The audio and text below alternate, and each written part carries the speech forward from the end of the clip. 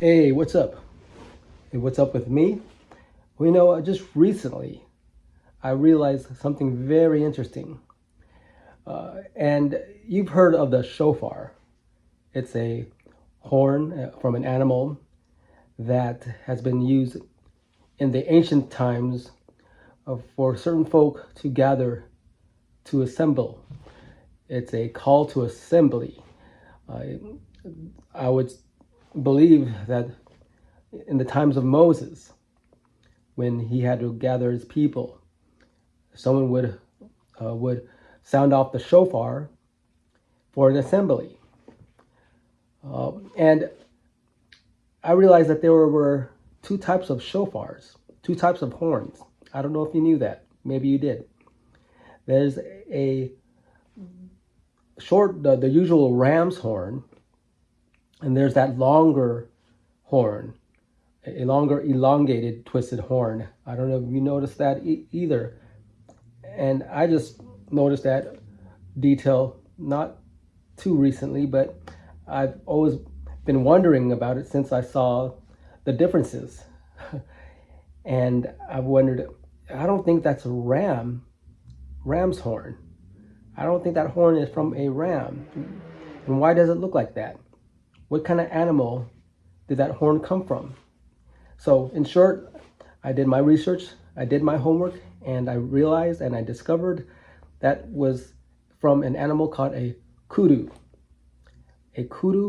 antelope, which is found in the southern parts of Africa, East Africa, near the Red Sea, on the banks of the Red Sea, and further inland where they would habitate.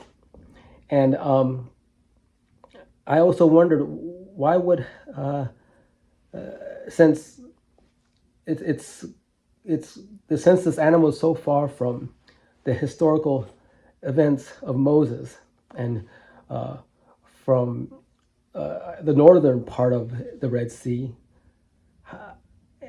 and I'm guessing that they normally use the ram's horn at first, but how did they get a hold of a animal's horn, which the animal would have its habitat more south of Africa? And I realized that certain shofar is normally called a Yemenite shofar. And I did further research, and there are folks called Yemenite Jews. And this is a wild popcorn trail. You can only guess. This becomes a wild popcorn trail. But I'm going to say this in short. I think the Yemenite Jews are the result of the wife of Moses, Zipporah, who was a Cushite. And there's a lot to be said about that, but I just want to leave it there. Moses had a wife of color. Her name was Zipporah. She was also known as an Ethiopian.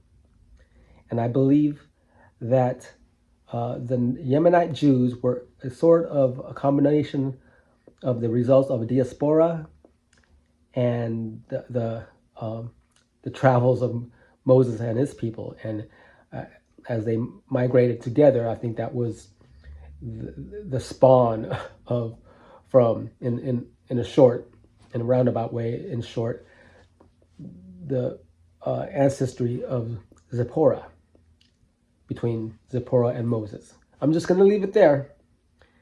I don't know if I'm going to make a definite conclusion from all that, but I'll let you try to connect the dots the rest of the way.